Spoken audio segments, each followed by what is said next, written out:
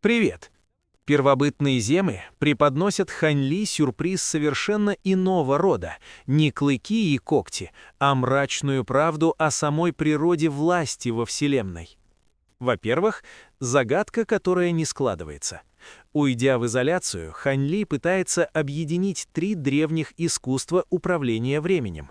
Связь между ними он чувствует нутром, но пазл не складывается. Во-вторых, прорыв и шокирующее видение. Редкий магический плод дает мощный всплеск энергии, который активирует таинственный флакон. Тот буквально вырывает душу Хань-Ли и швыряет ее в прошлое, в умирающее тело культиватора Муяна, прямо в момент уничтожения его великой секты. И сразу возникает вопрос, что именно заставило Небесный двор стереть целую могучую фракцию за одно мгновение. И, наконец, пугающий закон мироздания. Через обрывки чужих воспоминаний открывается жестокая истина. Абсолютный владыка магии времени лично уничтожает любого, кто становится слишком силен, просто чтобы убрать конкурентов. Из этих же видений Хань-Ли наконец понимает, как объединить три искусства. Но горькая ирония неизбежна. Каждый новый уровень силы — это шаг навстречу собственной казни. Ключ к невероятному могуществу получен, но воспользоваться им значит поставить на кон все. А теперь слушаем дальше.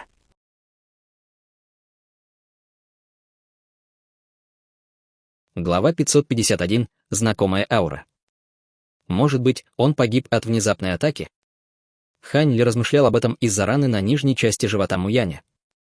Он не смог узнать из воспоминаний, как был убит Муянь, но он мог чувствовать много негодования в остатках души Муяня. Внезапно Хань-Ли заметил что-то на углу рукава Муяня, и он протянул руку, чтобы разорвать рукав, открыв маленький белый шелковый платок, усеянный крошечным текстом. Материал платка был идентичен материалу его одежды, и он был очень хорошо спрятан. Если бы рукав Муяня не был в этот момент испачкан кровью, Хань-Ли бы не заметил платка. Осмотрев платок, на лице Хань-Ли тут же появилось радостное выражение. Отрывок текста на платке содержал не что иное, как секретную технику домин-мантры, и это, скорее всего, была полная версия, гораздо более полная и глубокая, чем неполная версия, которую Хань-Ли получил из проповеди бессмертного владыки мира. Он начал внимательно изучать отрывок текста, и чем больше он видел, тем больше изумлялся. Домин-мантры был одной из самых продвинутых секретных техник секты истинной мантры, и говорили, что, достигнув полного мастерства в этой секретной технике, можно было говорить вещи, и они воплощались в жизнь, а также влиять на небо и землю своими словами. Конечно, для того, чтобы иметь хоть какой-то шанс достичь таких чудес, нужно было быть, по крайней мере, на стадии высшего зенита, и при нынешней базе совершенствования Хань-Ли он мог использовать домин-мантры только для того, чтобы создавать некоторые иллюзии. Даже при этом она казалась очень полезной в нескольких прошлых битвах, и, если бы он смог мудро использовать ее в сочетании со своим духовным доменом времени, он был уверен, что она сослужит ему хорошую службу в будущих битвах. Хань-Ли быстро прочитал весь текст на шелковом платке, прочно запомнив его, и как раз вовремя, поскольку последняя руна до времени на священной оси мантры исчезла почти сразу после этого. После приступа головокружения духовное чувство Хань-Ли быстро вернулось в его тело. Полупрозрачная стена света перед ним постепенно рассеивалась, а он смотрел с ошеломленным выражением лица. Видение показало ему, что произошло в последние минуты существования секты истинной мантры, а также продемонстрировало ему силу предка до времени. Несмотря на то, что все эти события произошли в далеком прошлом, Хань-Ли все еще не мог оправиться от увиденного. Совершенствуя технику духовного очищения, он уже бросил вызов Небесному двору, и теперь его совершенствование законов времени в конечном итоге поставит его на путь столкновения с предком до времени. Даже такая могущественная фигура стадии Великого Объединения, как бессмертный владыка мира, не имел никаких шансов против предка до времени, так как же простой золотой бессмертный, подобный ему, сможет противостоять ему. Предку до времени, скорее всего, даже не пришлось бы шевелить и пальцем, чтобы убить его. На лице Хань-Ли появилась кривая улыбка от этой отрезвляющей мысли, но не было смысла чрезмерно думать об этом. Неизбежно такой день настанет, но сейчас ему нужно сосредоточиться на том, чтобы стать сильнее и выбраться из первобытных земель живым. С этой мыслью он перевернул руку, чтобы достать пустой нефритовый свиток, затем прижал его к колбу и записал в него секретную технику домин-мантры, которую только что запомнил. Еще 3 месяца пролетело в одно мгновение.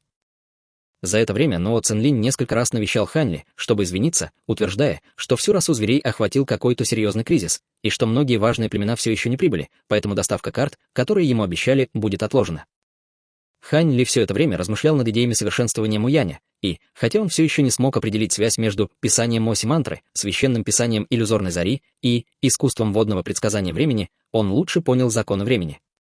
Следовательно, эта мирная обстановка для совершенствования идеально ему подходила, и он решил остаться. В своей секретной комнате Хань Ли сидел, скрестив ноги и закрыв глаза, направляя искусство водного предсказания времени. Когда он начал читать заклинание, над его телом поднялись волны пульсирующего золотого света, а затем сошлись перед ним, образовав шар золотого света. Прошла еще одна неделя. Хань Ли оставался сидеть, скрестив ноги, делая цепочку ручных печатей, а шар золотого света перед ним уже стал таким же сияющим, как миниатюрное солнце. Внезапно в центре шара золотого света появился золотой флакон. У флакона было широкое дно, которое постепенно сужалось кверху, и у его горлышка была пара ручек в форме полумесяца. Флакон был очень размытым, но он все равно излучал глубокую ауру, и, как только он появился, весь ближайший золотой свет мгновенно хлынул в него. Внезапно шар золотого света исчез, и в воздухе остался висеть только размытый фантом флакона. Хань Ли открыл глаза, и, когда его взгляд упал на фантом флакона, на его лице появилось смешанное выражение радости и удивления. Изначально он планировал лишь немного совершенствовать искусство водного предсказания времени, чтобы получить о нем общее представление, но, к его удивлению, ему удалось с легкостью проявить флакон чистого времени. Согласно искусству водного предсказания времени, это должно было быть чрезвычайно трудно, и только тот, кто обладал исключительными способностями и определенным мастерством над законами времени, мог надеяться проявить флакон чистого времени после длительного совершенствования. Очевидно, для Хань Ли это было не так. Может быть, это потому, что он уже заложил основу, совершенствуя писание оси мантры, или был какой-то другой фактор. Хань Ли кратко обдумал этот вопрос, прежде чем отбросить эту мысль, чтобы продолжить совершенствование. Он начал читать заклинание, одновременно складывая цепочку ручных печатей, и из ладони его рук выстрелили два толстых луча золотого света. Внутри лучей света было бесчисленное множество золотых рун, и все они влились в проекции флакона, заставив его медленно вращаться, одновременно приобретая все более и более вещественную форму. Некоторое время спустя проекция флакона уже превратилась в полупрозрачный флакон, который выглядел как настоящий предмет. Хань Ли, увидев это, был в восторге. С этим он завершил и вторую главу искусства совершенствования. Сделав глубокий вдох, он перешел к третьей главе. Месяц спустя Хань Ли снова призвал флакон чистого времени, и на этот раз он был немного меньше, чем раньше, и на его поверхности появилось бесчисленное множество белых узоров в виде звезд. К этому моменту Хань Ли освоил и третью главу искусства совершенствования. Он взглянул на флакон чистого времени, а затем снова закрыл глаза, сложив ручные печати, и внутри его тела начали появляться бесчисленные пятнышки сияющего золотого света, каждая из которых излучала удивительные колебания силы закона времени. Эти пятнышки золотого света по велению Хань Ли неуклонно вливались в золотой флакон, и внутри флакона мгновенно начали появляться крошечные золотые искорки.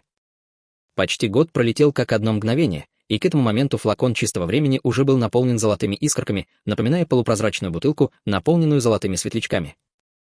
Хань Ли сидел совершенно неподвижно, скрестив ноги, и все его тело было окутано сияющей рекой золотого света, бесчисленные золотые искорки продолжали вырываться из него, прежде чем вливаться в флакон чистого времени. Флакон, казалось, достиг своего максимального объема, и все золотые искорки мгновенно начали сходиться, образовав шар.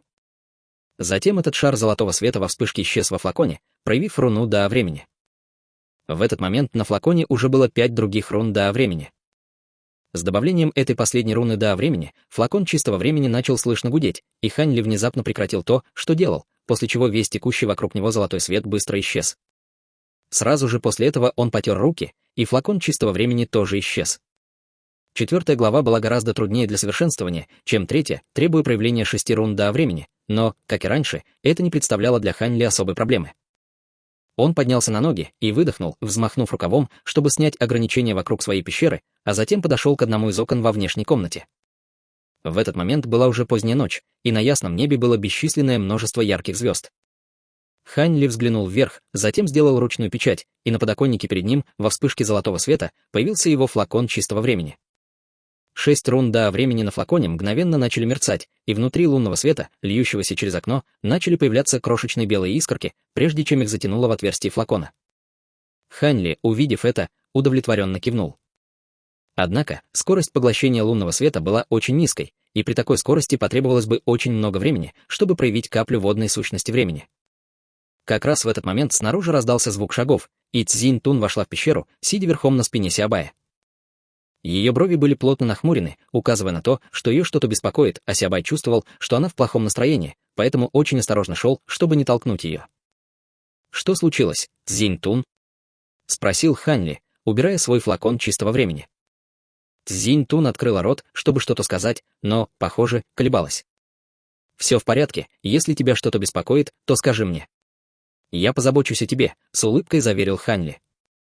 «Я чувствую очень знакомую ауру, на самом деле не очень знакомую, просто очень похожую на мою, как будто это еще одна я, и эта аура приближается», — сказала Цзинь-Тун. «Аура, очень похожая на твою?» «Может быть».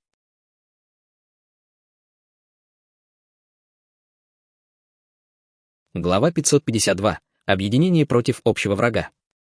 «Может, это еще одна ты?» — воскликнул Сябай, прежде чем Ханли успел ответить. «Что ты сказал?» «Тебя, по-моему, нужно проучить, Сябай». Огрызнулась Цзинь-Тун, начиная закатывать рукава. «Нет, я хотел сказать, может, это еще один бессмертный золотой пожиратель». Поспешно поправился Сябай с льстивой улыбкой. «Почему сюда идет еще один бессмертный золотой пожиратель? Ты можешь почувствовать, насколько он силен?» — спросил Ханли. «Он, кажется, немного сильнее меня», — встревоженным голосом ответила Цзинь-Тун. Выражение лица Ханли осталось неизменным, но внутренне он был весьма ошеломлен, услышав это. В данный момент Цзинь-Тун уже была на поздней стадии Золотого Бессмертного, так неужели к ним приближался бессмертный Золотой Пожиратель стадии Высшего Зенита? Сябай тоже был очень встревожен, услышав это, и он дрожащим голосом призвал. «Нам нужно бежать, хозяин». Как только его голос стих, снаружи раздался громовой барабанный бой, и мирная долина мгновенно пришла в движение, когда бесчисленные фигуры взмыли в небо полосами света. Ханли, увидев это, слегка нахмурился. «Пока оставайтесь в пещере, я выйду и посмотрю», — распорядился он, а затем вышел из пещеры. В этот момент из каньона Темной Звезды вылетало все больше и больше существ из расы зверей, и все они летели наружу. Внезапно издалека прибыла полоса света, а затем приземлилась перед пещерой Ханли, явив Ноа Цинлиня. «Как вам здесь живется, товарищ Даосли?» — с улыбкой спросил Ноа Цинлинь. «Все хорошо. Благодарю за гостеприимство, вождь Нуо. Могу я узнать, что сейчас происходит?» — спросил Ханли. «На нас напала раса насекомых, но мы уже ожидали этого и подготовили защитные меры, так что бояться нечего», — уверенно ответил Ноа Цинлинь. «Рад это слышать. Могу я узнать, почему вы пришли ко мне?» — спросил Ханли. «Мы собираемся использовать ограничения в каньоне Темной Звезды, чтобы высвободить секретную технику, и во время этого никто не сможет оставаться в каньоне, поэтому мне придется попросить вас покинуть каньон вместе со мной», — объяснил Ноа Цинлинь. «Хорошо. Я соберу свои вещи, а затем выйду к вам», — кивнув, ответил Ханли, затем вернулся в свою пещеру, а Ноа Цинлинь терпеливо ждал снаружи. Войдя в свою пещеру, Ханли, направившись в свою секретную комнату, слегка нахмурился. «На нас напала раса насекомых, и среди них есть бессмертный золотой пожиратель стадии Высшего Зенита. Нам нужно немедленно уходить, хозяин». Немедленно встревоженным голосом призвал Сябай. «Что ты думаешь, Цзинь-Тун?» — спросил Ханли. «Я уверена, что ты уже знаешь, что происходит, когда встречаются два бессмертных золотых пожирателя», — сказала Цзинь-Тун, и в ее глазах появился намек на решимость и жажду убийства. Ханли промолчал, увидев это. Путешествуя с Гуншу Цзю по другим регионам бессмертных, мы встречали бессмертных золотых пожирателей, и при той же базе совершенствования они гораздо могущественнее, чем первобытные истинные духи. Мы никак не сможем победить бессмертного золотого пожирателя стадии Высшего Зенита, поэтому нам нужно бежать. Призвал Сябай. От них не убежишь. Бессмертные золотые пожиратели чрезвычайно чувствительны друг к другу, поэтому, даже если мы убежим, он определенно будет нас преследовать, покачав головой, ответила Цзинь-Тун. Сябай открыл рот, чтобы что-то сказать, но в конечном итоге решил промолчать. Как и сказала Цзинь-Тун, даже если мы покинем это место, этот бессмертный золотой пожиратель определенно продолжит нас преследовать, поэтому мы можем просто остаться здесь и подождать его, сказал Ханли. Услышав это, на лице Сябая появилось горькое выражение, и он неохотно кивнул в знак согласия. Ханли взмахнул рукавом, выпустив вспышку лазурного света, которая втянула их обоих в мешочек для духовных зверей, а затем приказал: «Пока оставайтесь в мешочке для духовных зверей». После этого Ханли снял ограничения в пещере, прежде чем снова выйти наружу. «Прошу прощения, что заставил вас ждать, вождь Нуо», — сказал он. «Ничего страшного, товарищ Даосли. Пожалуйста, следуйте за мной», ответил Ноа Цинлинь, а затем, полосой света, взлетел в небо, а Хань Ли полетел за ним. Летя по воздуху, он вдруг повернулся в определенное место в каньоне, где вдалеке был шар бурлящей черной ци. Шар черной ци находился очень далеко, но с исключительным зрением Хань Ли он смог увидеть, что вокруг него стоят десятки гигантских каменных столбов, образуя, по-видимому, какую-то формацию, которая излучала всплески пространственных колебаний, очень похожих на телепортационную формацию. Хань Ли был немного удивлен, увидев это, но не стал задавать никаких вопросов, а Ноа Цинлинь также не выказал никакого намерения что-либо ему объяснять. Внутри мешочка для духовных зверей Хань Ли Цзиньтун внезапно сказала: «Сиабай, ты однажды сказал, что у тебя в теле есть пространство, которое полностью изолировано от внешнего мира, верно?» «Именно так, какая у тебя исключительная память?» Льстивым тоном подтвердил Сиабай. «Хорошо, я хочу, чтобы ты меня съел», — сказала Цзиньтун. Сиабай, естественно, был ошеломлен, услышав это, и он немедленно начал энергично качать головой. «Ты хочешь использовать пространство в моем теле, чтобы скрыть свою ауру? Так нельзя. Живые существа не могут выжить в моем внутреннем пространстве, и любое живое существо, которое туда войдет, будет быстро переварено. Для других живых существ это, может быть, и так, но ты не сможешь меня переварить. Поторопись. Я уверена, что со мной все будет в порядке, если я не буду оставаться там слишком долго», — призвала Цзиньтун. Сиабай, услышав это, мог только неохотно подчиниться, открыв пасть, чтобы высвободить вспышку силы всасывания, которая затянула Цзиньтун к нему в живот. Тем временем Хань Ли и Ноа Цинлинь быстро прибыли за пределы каньона Темной Звезды. Все племена расы зверей уже были готовы к этой битве, поэтому они очень быстро среагировали, и все они выступили в полную силу, в результате чего собралась армия в десятки тысяч человек. Хань Ли обвел взглядом окрестности и обнаружил, что здесь присутствует около 40 племен, и существа из племени длинных шей тоже были здесь, но они находились в самом конце. В небе также парили около 1000 гигантских черных боевых колесниц, нагруженных существами расы зверей. Эти черные колесницы излучали металлический блеск, а на их поверхности также было выгравировано множество светящихся черных узоров, что придавало им вид, словно они были неразрушимыми. Впереди всех существ расы зверей была еще более грозная армия, состоящая из миллионов демонических зверей. Каким-то образом существам расы зверей удалось организовать всех демонических зверей в несколько упорядоченных и однородных отрядов, которые не были хаотичными. Хань Ли, увидев это, не мог не быть немного удивлен. «Что вы думаете о нашей армии, товарищ Даос Ли?» С ноткой гордости в голосе спросил Ноа Цинлинь. «Впечатляющее зрелище», — похвалил Хань Ли. Ноа Цинлинь, услышав это, рассмеялся, а затем поднялся выше в небо, а Хань Ли полетел за ним. Перед боевыми колесницами парил черный помост размером более 300 метров, который мерцал духовным светом, что ясно указывало на то, что это мощное сокровище. В этот момент на помосте стояло около 40 существ расы зверей, и, похоже, это были важные вожди племен. Ноа Цинлинь вместе с Хань Ли спустился на помост, и их появление тут же было встречено недовольной реакцией. «Вождь Ноа Цинлинь, почему ты привел сюда человеческого охотника первобытных земель?» Хань Ли обернулся и обнаружил, что это сказал темнокожий мужчина, сложенный как огромный черный медведь. Мужчина был на пике ранней стадии Золотого Бессмертного, обладая немного более высокой базой совершенствования, чем Ноа Цинлинь. Тем временем все остальные вожди племен тоже злобно смотрели на Хань Ли, и в их глазах читалась враждебность. Среди них было более 10 золотых бессмертных, но все они были на ранней стадии Золотого Бессмертного, в то время как большинство остальных вождей племен были на поздней стадии Истинного Бессмертного. Не волнуйтесь, все. Это товарищ Даос Ли Фэюй. Он, может быть, и человек, но он не охотник. Вместо этого он просто пытается пройти через первобытные земли, чтобы добраться до другого региона бессмертных, и, кроме того, в прошлом он помог нашей расе зверей, а именно племени длинных шей, поэтому он не наш враг, поспешно объяснил Ноа Цинлинь. Ноа Ифан также была здесь, и она заявила. По дороге из племени длинных шей на нас напала раса насекомых, и только благодаря вмешательству старшего Ли мы смогли благополучно вернуться в каньон Темной Звезды. Тадж стоял у края помоста, но он громко и отчетливо сказал. Это правда. Товарищ Даос Ли навсегда останется другом нашего племени длинных шей. Выражение лиц всех остальных немного смягчилось, услышав это, но они все еще смотрели на Хань Ли с недоверием в глазах. Не обращайте на них внимания, товарищ Даос Ли. Человеческие охотники первобытных земель — заклятые враги нашей расы зверей, так что это не имеет к вам никакого отношения, с извиняющейся улыбкой сказал Ноа Цинлинь. Я все понимаю, вождь Ноа. Не стоит беспокоиться обо мне. Мои силы очень ограничены, но я, определенно, могу позаботиться о себе, с легкой улыбкой ответил Хань Ли. Вы слишком скромны, товарищ Даос Ли. Если в предстоящей битве дела у нашей расы зверей пойдут плохо, я буду рассчитывать, что вы снова окажете нам помощь», сказал Ноа Цинлинь, сложив кулак в приветственном жесте. Выражения лиц всех остальных вождей племен резко изменились, услышав это, а мускулистый темнокожий мужчина, который говорил ранее, яростно воскликнул. «Ноа Цинлинь, мы — царственная раса зверей. Как ты можешь просить о помощи у коварного и бесчестного человека? Брат Улу, не забывай, что враг нашей расы зверей — это раса насекомых.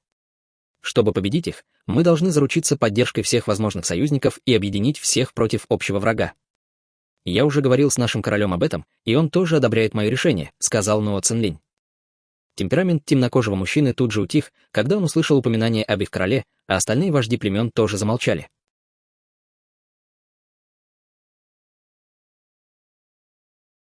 Глава 553. Ожесточенная битва.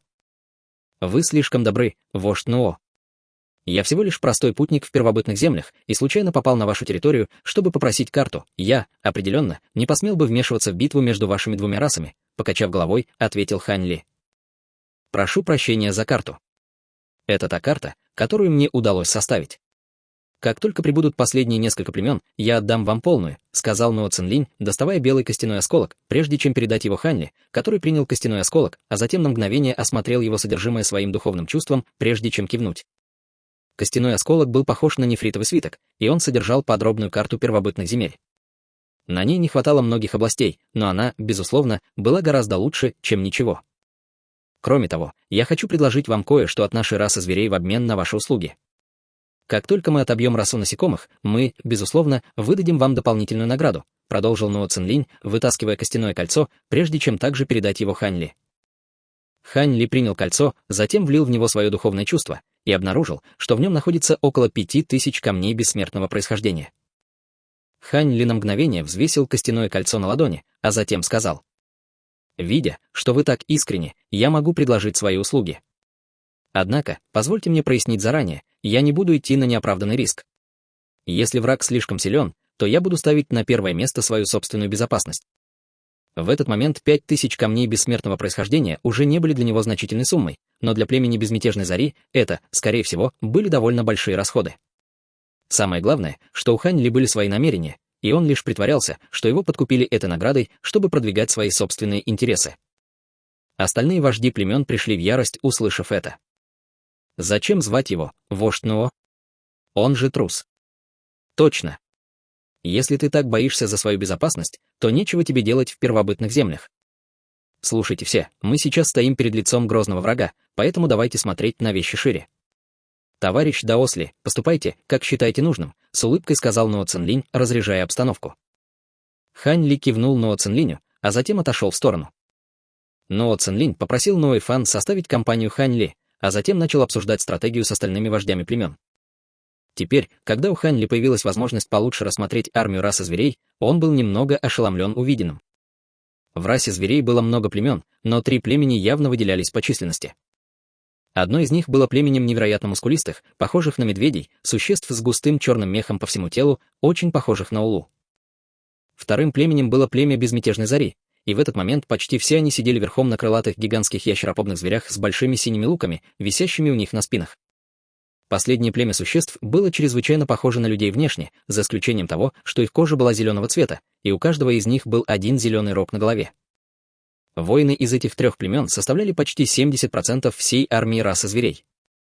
Ноа Фан видела любопытство в глазах Хань Ли и объяснила. Эти 2 племени, племя яростных медведей и племя однорогих, оба из которых входят в число 8 священных племен нашей расы зверей. Вождь Улу — вождь племени яростных медведей. Что такое 8 священных племен? Спросил Хань Ли.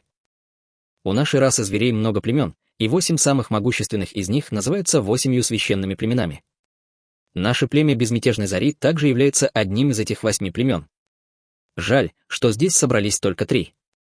В противном случае раса насекомых точно не осмелилась бы напасть, с грустью в голосе сказала Ноа Фан. Услышав это, в глазах Хань Ли появилось задумчивое выражение. Внезапно он поднял голову и устремил свой взгляд вдаль. Оттуда раздался громоподобный грохот, и на далеком горизонте появилась черная линия, которая быстро расширилась в поле зрения Хань Ли. Там, где небо встречалось с землей, появилась огромная армия духовных насекомых, и она была еще больше, чем армия демонических зверей. За армией духовных насекомых находилось огромное серое облако, на вершине которого стояло десятки тысяч существ расы насекомых, и, похоже, их было еще больше, чем существ расы зверей. Хань Ли обвел взглядом армию расы насекомых, и его выражение лица осталось неизменным, но он с удивлением обнаружил, что у расы насекомых было около 30 золотых бессмертных, что, опять же, значительно превышало численность золотых бессмертных расы зверей. Похоже, что раса зверей уступала по всем показателям, и если у нее не было каких-то особых козырей в рукаве, то, скорее всего, она проиграет эту битву. На лицах всех вождей племен появилось мрачное выражение, увидев это, но Ноу Цинлинь решительным голосом заявил: «Вождь Улу, вождь Марлон, вождь Сахан, давайте действовать по плану». Эти трое вышли вперед, как только их позвали, и Хань Ли устремил на них свой взгляд. Он уже узнал Улу, рядом с которым стоял внушительный зеленокожий мужчина с одним зеленым рогом на лбу. Он был одет в зеленые доспехи, а его лицо и тело были усеяны шрамами.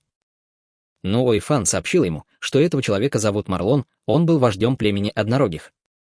Что касается Сахана, то он был очень маленького роста, и все его тело было скрыто под большим темно-красным плащом, что скрывало его черты лица. Эти трое сложили кулаки в коллективном приветствии Ноу Цинлиню, а затем спустились с помоста в армию расы зверей. Вождь Улу взмахнул рукой, и рядом с ним появился багровый гигантский носорог. Он был настолько огромным, что напоминал движущуюся крепость, и от него исходила чрезвычайно грозная аура. Улу запрыгнул на спину носорога, затем призвал гигантский багровый топор, и он мгновенно был полон боевого духа. Алый носорог поднялся в небеса, неся Улу над армией расы зверей. Храбрые воины расы зверей, наши заклятые враги прямо перед нами, а наши соплеменники стоят за нами. Мы должны защитить честь нашей расы зверей. Настало время битвы. Громовым голосом проревел Улу, подготавливая армию расы зверей к предстоящей битве. В бой! В бой! В бой! Все воины расы зверей ответили эхом, и земля задрожала от их коллективных голосов. Племя яростных медведей, племя безмятежной зари и племя однорогих бросились вперед, а армия демонических зверей также с грозной силой двинулась вперед. Что касается армии расы насекомых, то, увидев это, она еще больше ускорилась, но все золотые бессмертные расы насекомых остановились, чтобы издалека противостоять Хань Ли и остальным. Две армии были подобны двум грозным волнам, которые с сокрушительной силой сталкивались друг с другом, заставляя небо и землю яростно дрожать. Хань Ли, увидев это, слегка прищурился. Армии двух рас заполнили все его поле зрения, и боевая атмосфера в воздухе даже его немного возбудила. Как раз в этот момент за его спиной внезапно раздался оглушительный грохот, и в небо взлетела серия гигантских огненных шаров, прежде чем устремиться к армии расы насекомых. В рядах армии расы насекомых один за другим начали появляться огромные огненные облака, образуя море алого пламени, которое поглотило всех ближайших духовных насекомых, прежде чем испепелить их. Хань Ли обернулся и обнаружил, что эти огненные шары были выпущены из тех черных боевых колесниц, в передней части каждой из которых был толстый цилиндрический ствол, который ярко светился красным. Духовные узоры на колесницах загорелись, и раздался громовой грохот, когда из каждого ствола выстрелил огненный шар размером более 30 метров, прежде чем обрушиться на армию расы насекомых. Это боевые колесницы нашего племени безмятежной зари, колесницы бога огня. Они чрезвычайно мощные, но материалы, необходимые для их создания, довольно труднодоступны, и их также очень сложно построить. Если бы мы могли построить 10 тысяч таких колесниц, их было бы достаточно, чтобы уничтожить всю расу насекомых, объяснила Ноуэйфан, и Хань Ли, услышав это, кивнул. Как раз в этот момент из армии расы насекомых поднялась серия черных теней размером около 300 метров, а затем взорвалась множеством крошечных черных теней, прежде чем с удивительной скоростью устремиться к армии расы зверей. Эти крошечные тени были бесчисленными странными насекомыми, тонкими и гладкими, как крошечные кинжалы, и они казались невероятно острыми. Из армии расы зверей раздался хор мучительных криков, поскольку у многих существ расы зверей в телах появились отверстия, пробитые этими насекомыми, что привело к бесчисленным жертвам. Однако, пронзив свои цели, эти насекомые также взрывались и погибали. Это костяные игольчатые насекомые. С негодованием воскликнула Ноуэйфан. Благодаря своему исключительному зрению, Хань Ли смог разглядеть в глубине армии расы насекомых более 100 огромных черных теней. Каждая из них была размером в несколько километров, напоминая гигантские коконы шелкопряда, и они постоянно поднимались в воздух один за другим. Скорость, с которой эти коконы выпускали костяных игольчатых насекомых, была гораздо ниже, чем скорость, с которой из колесниц бога огня вылетали огненные шары, но в каждом коконе было поразительное количество костяных игольчатых насекомых, поэтому многим из них удалось проскользнуть сквозь щели.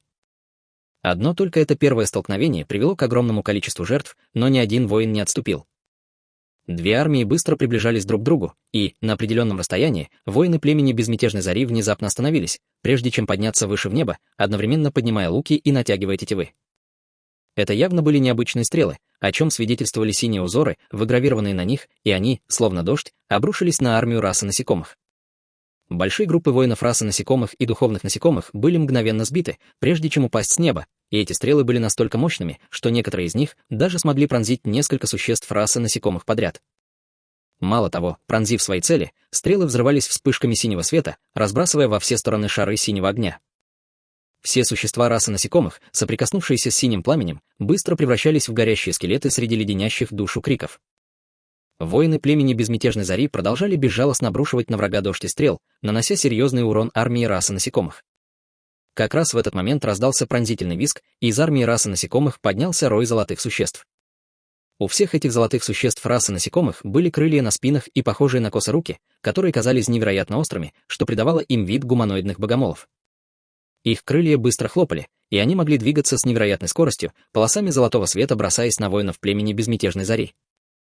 Воины племени Безмятежной Зари были вынуждены отвлечься на этих гуманоидных богомолов, которые мгновенно были затоплены залпом стрел, взорвавшихся морем синего огня.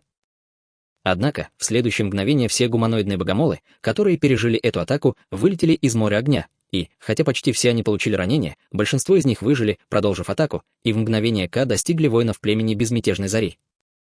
В результате воины племени Безмятежной Зари были вынуждены убрать свои стрелы и взять длинные синие сабли, чтобы вступить в ближний бой.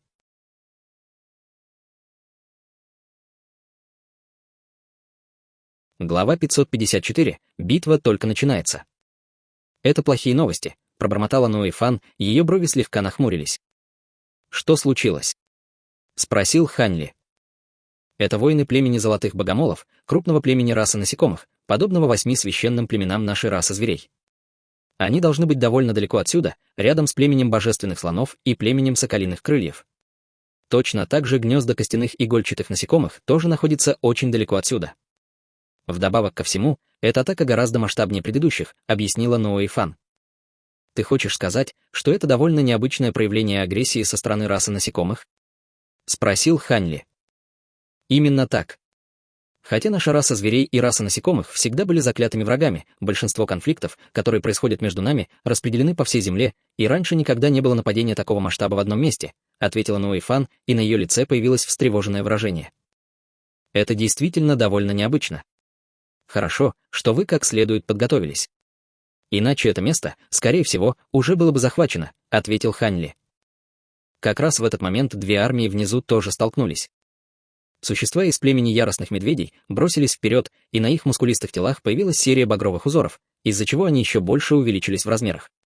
Топоры, которые они держали в руках, были размером с их тело, и, когда они взмахивали ими в воздухе, высвобождалась серия гигантских багровых проекций топоров. Даже обладая численным превосходством, армия расы насекомых не могла противостоять племени яростных медведей, и последнее прорвалось сквозь их ряды, не встречая равных на своем пути. Остальные воины расы зверей ринулись в брешь в рядах армии расы насекомых, пробитую племенем яростных медведей, и быстро продвигались вперед. Тем временем тело воинов племени однорогих начали светиться зеленым светом, и сформировался толстый слой эмали, из-за чего они тоже значительно увеличились в размерах. В то же время рога на их головах также утолщились примерно вдвое, а на них появилась серия зеленых узоров. Затем из рогов в сторону противостоящей армии расы насекомых выстрелили лучи зеленого света, и эти лучи света обладали грозной пробивной способностью, каждый из них часто пронзал тело 7 или 8 существ расы насекомых, прежде чем окончательно рассеяться. Воины расы насекомых, пораженные этими лучами зеленого света, мгновенно замирали на месте, становясь легкой добычей для воинов расы зверей. Несмотря на то, что воины племени однорогих не производили такого же яркого впечатления, как племя яростных медведей, скорость, с которой они убивали врагов, ничуть не снизилась. Воины племени яростных медведей и племени однорогих сформировали острие армии расы зверей, стремительно углубляясь в ряды армии расы насекомых. Как раз в этот момент изнутри армии расы насекомых раздался странный пронзительный визг, и воины расы насекомых перед воинами племени яростных медведей внезапно отступили, словно уходящий прилив, прежде чем из ниоткуда появились бесчисленные гигантские черные муравьи. Каждый муравей был размером с мельничный жернов с блестящими черными телами, которые излучали металлический блеск. Их крошечные глаза горели жутким зеленым светом, и они представляли собой ужасающее зрелище. Воины племени яростных медведей взревели, когда они взмахнули своими топорами, выпустив в сторону гигантских муравьев шквал проекций топоров. Раздалась серия громких лязгов, когда многие черные муравьи были отброшены, но их тела были чрезвычайно прочными, и почти ни один из них не был убит. Все раненые гигантские муравьи мгновенно воспламенились жаждой крови и снова бросились вперед. Огромная колония черных муравьев образовала черную волну, которая встала на пути воинов племени яростных медведей, и еще больше появилась с обоих флангов. Воины племени яростных медведей все еще атаковали изо всех сил, но их скорость значительно снизилась из-за этих бесстрашных черных муравьев. В то же время земля перед воинами племени однорогих начала грохотать и содрогаться, и оттуда вылезла армия земляных желтых скорпионов. Каждый скорпион был ростом с взрослого человека, и что было особенно тревожным, так это то, что у всех у них были человеческие лица.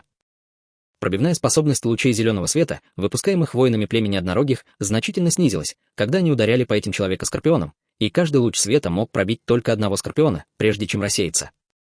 Более того, человека-скорпионы замирали лишь на мгновение, будучи пораженными зеленым светом, прежде чем продолжить бежать к воинам племени однорогих.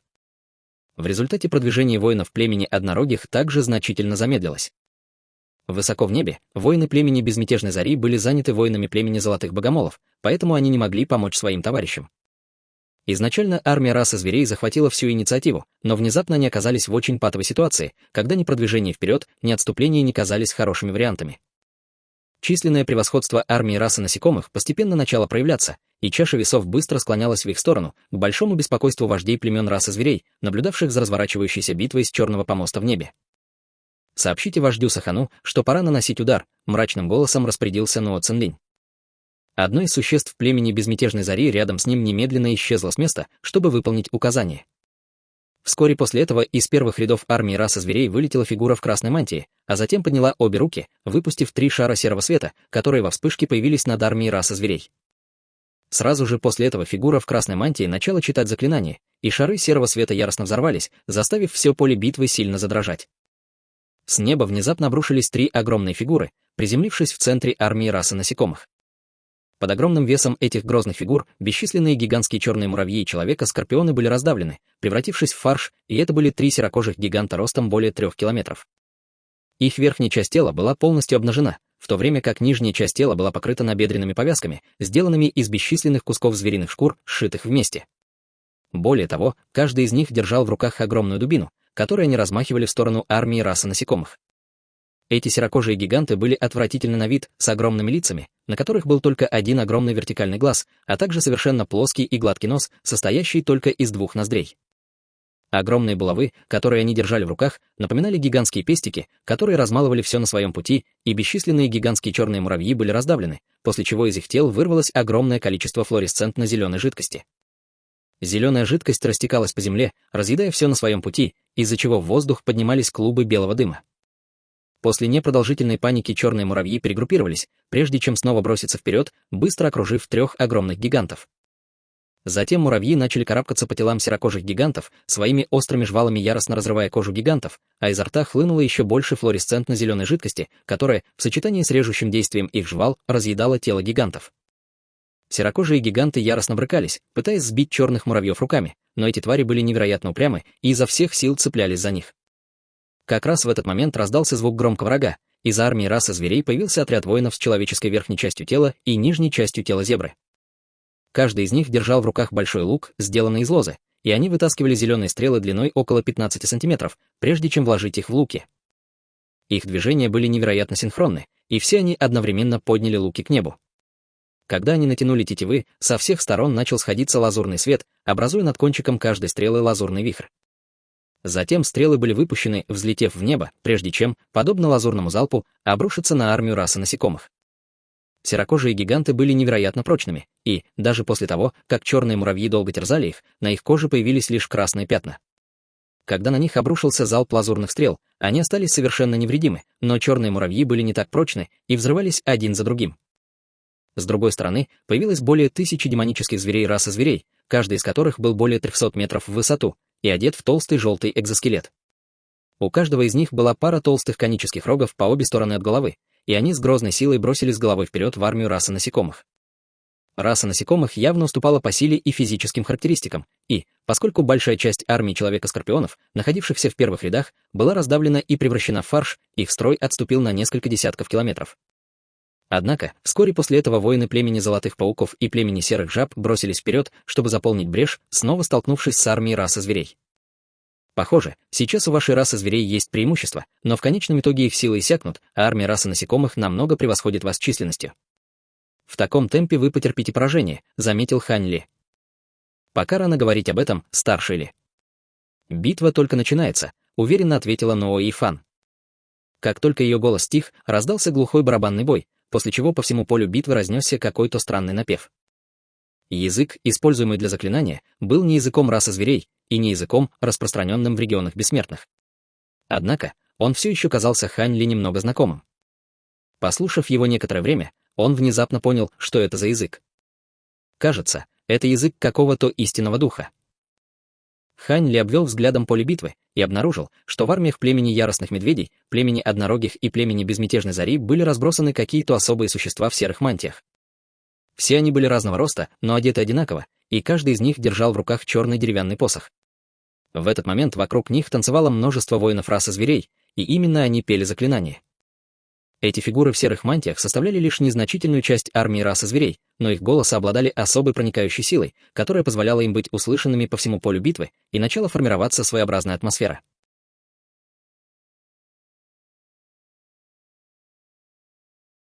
Глава 555. Равный бой.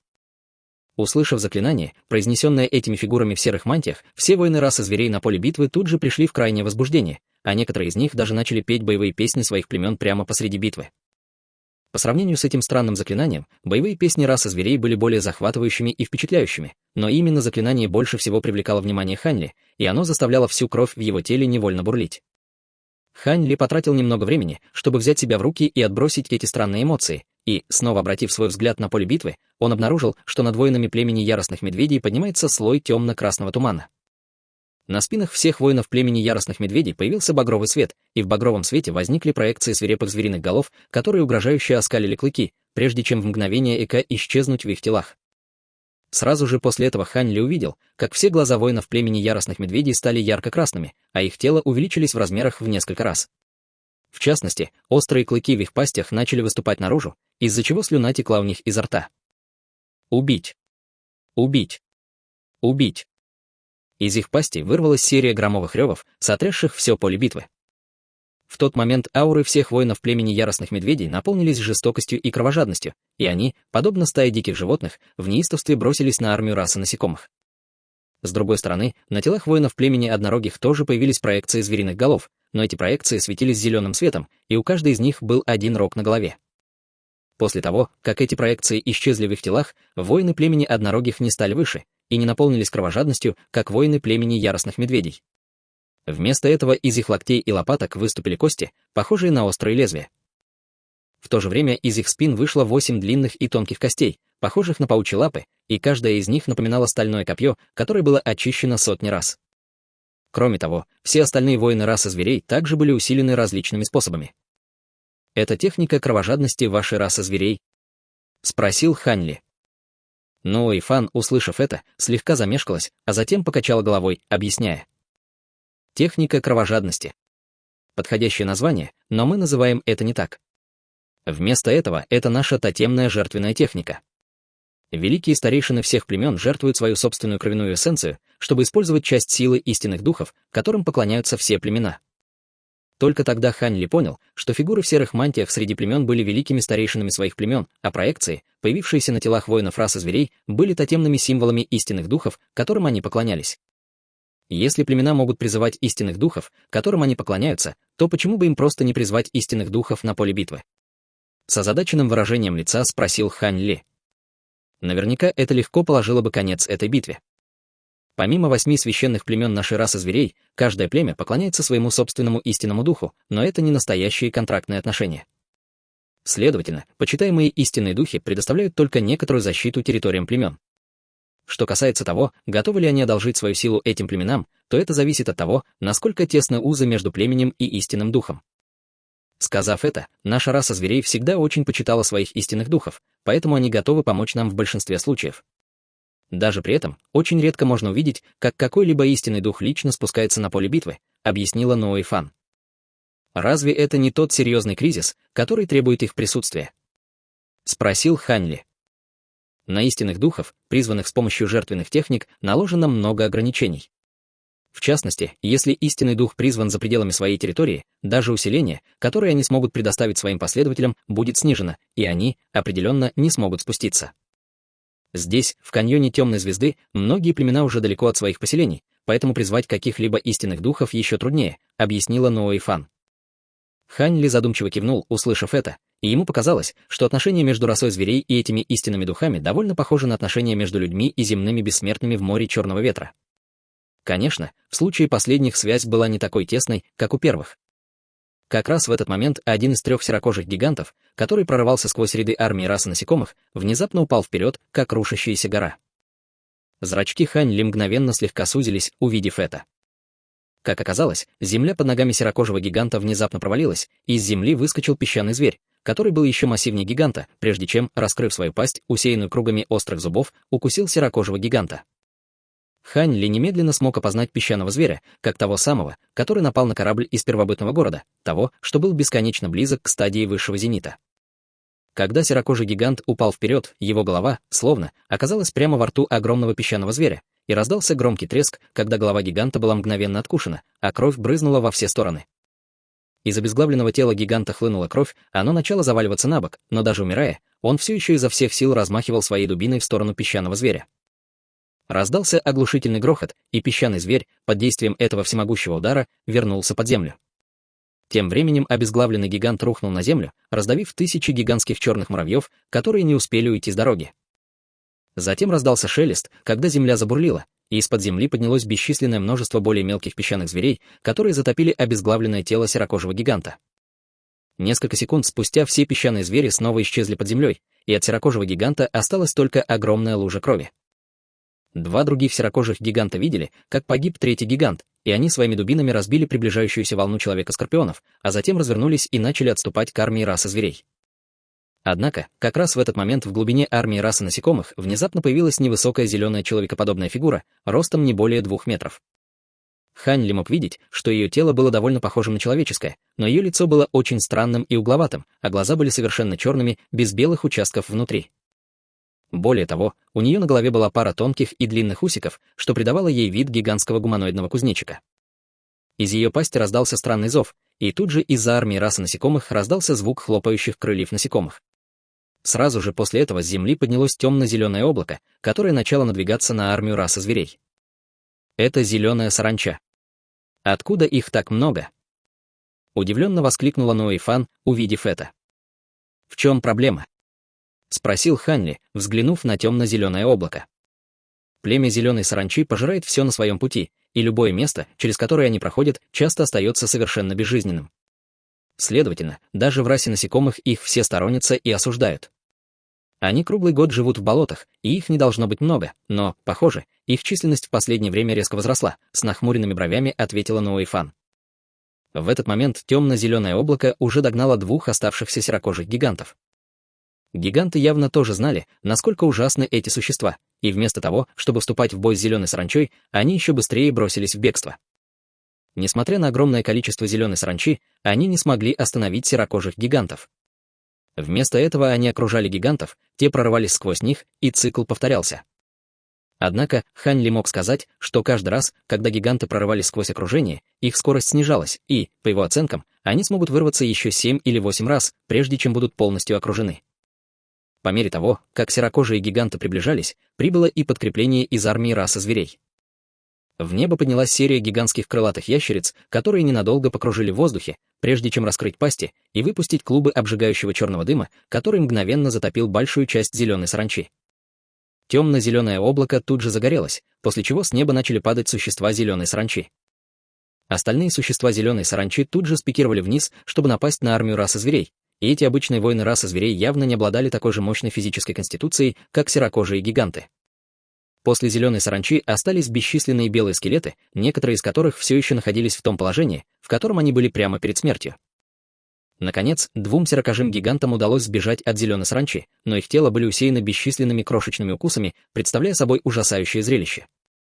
Они тяжелой поступью возвращались в каньон Темной Звезды, и казалось, что они собираются немного отдохнуть, прежде чем снова вступить в битву. Однако все не заметили, как к этой паре гигантов летит едва заметный рой крошечных багровых жуков, светящимися, как у светлячков, хвостами, которые быстро проникли в крошечные раны на их телах. Два гиганта мгновенно остановились и обратили свои взгляды на те части тела, в которые проникли эти насекомые, и из этих ран тут же начали появляться большие красные, похожие на опухоли, наросты. Всего за несколько секунд эти наросты раздулись до размеров головы гиганта, и оба они, увидев это, были сильно встревожены, но, прежде чем они успели что-либо сделать, выпуклые красные наросты силой взорвались вспышками красного света, разорвав гигантов на бесчисленные куски и разбрызгав огромное количество крови по всему полю битвы.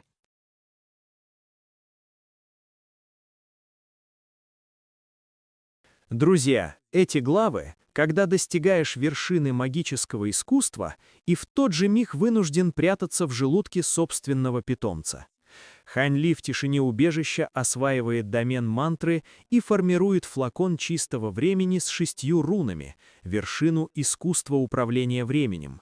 Но в законах этой вселенной любое прикосновение к магии времени дергает за нить исполинской паутины, в центре которой затаился бессмертный золотой пожиратель стадии высшего зенита, хищник, мгновенно чующий любую временную аномалию. Только что выкованный легендарный меч, и в тот же миг непобедимый преследователь уже ломится в дверь. Единственный выход — прятаться внутри пространства Сяо-Бая, стирая свое присутствие из реальности целиком. И весь этот крошечный островок затаенного страха находится прямо в эпицентре столкновения двух древних цивилизаций. Раса зверей бросает в бой колесницы бога огня и призывает истинных духов кровью однорогих медведей, горьким топливом отчаяния. Раса насекомых отвечает безжалостной биологией. Взрывающиеся багровые жуки не пробивают броню 3-километровых серых гигантов напролом. Они проникают через микроскопические раны и разрывают их изнутри. Торжество роя над индивидуальным героизмом, биомасса против авторитета истинных духов. Обе расы истощают друг друга в тотальной войне на уничтожение, даже не подозревая, что в самом сердце их поля боя скрывается нечто, притягивающее угрозу совершенно иного порядка. Готовлю продолжение.